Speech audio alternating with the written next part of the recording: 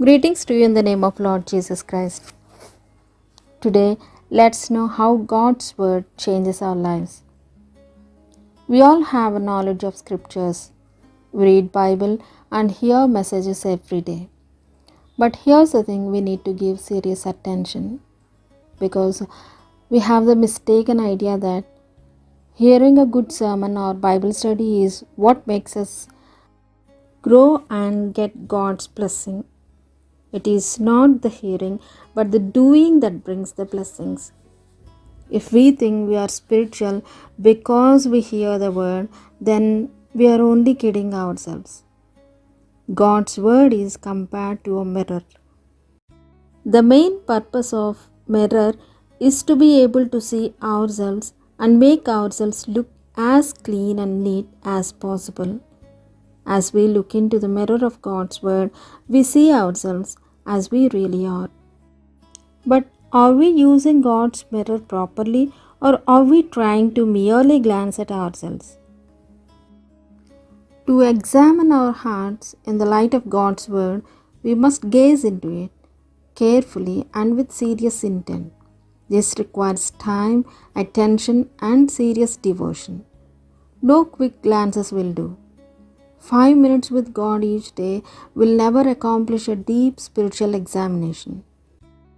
Many times we read a chapter of the Bible or hear 2 or 3 messages each day, but it is only a religious exercise and we fail to profit from it personally. Our conscience would bother us if we did not have our daily reading, when actually our conscience should bother us because we read the word carelessly. A cursory reading of the Bible will never reveal our deepest needs. When only we look deep into our hearts, it reveals our sins.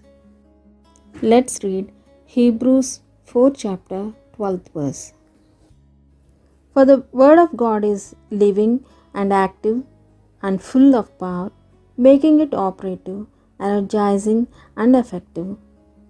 It is sharper than any two-edged sword, penetrating as far as the division of the soul and spirit, the completeness of a person, and of both joints and marrow, the deepest parts of our nature, exposing and judging the very thoughts and intentions of the heart.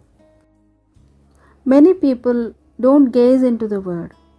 They don't take time to search their hearts. They only glance into the word to get satisfaction that they are spiritual.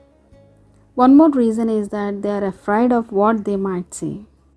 You cannot hide anything from Him, so never be afraid to face the truth. After seeing ourselves, we must not fail to do what God says to us. The blessing comes in the doing, not in the reading of the word. Let's read James chapter 1, 25th verse. But he who looks carefully into the perfect law, the law of liberty, and faithfully abides by it, not having become a careless listener who forgets, but an active doer who obeys, he will be blessed and favored by God in what he does in his life of obedience. The mirror of the word not only examines us and reveals our sins, but it helps to cleanse us as well. And as we meditate on it, it cleanses the heart and mind from spiritual defilement. It is the blood of Christ that cleanses the guilt, but the word of God helps to wash away the defilement.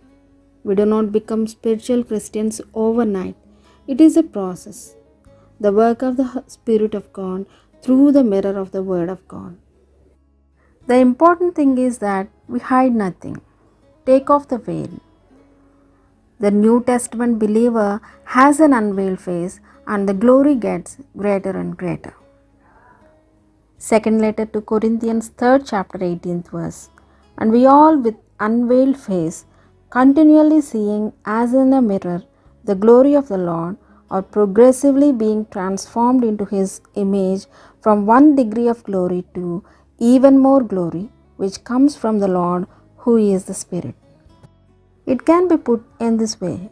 When the child of God looks into the Word of God, He sees the Son of God and he is transformed by the Spirit of God to share in the glory of God.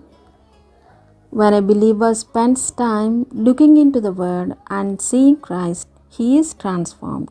The glory on the inside is revealed on the outside.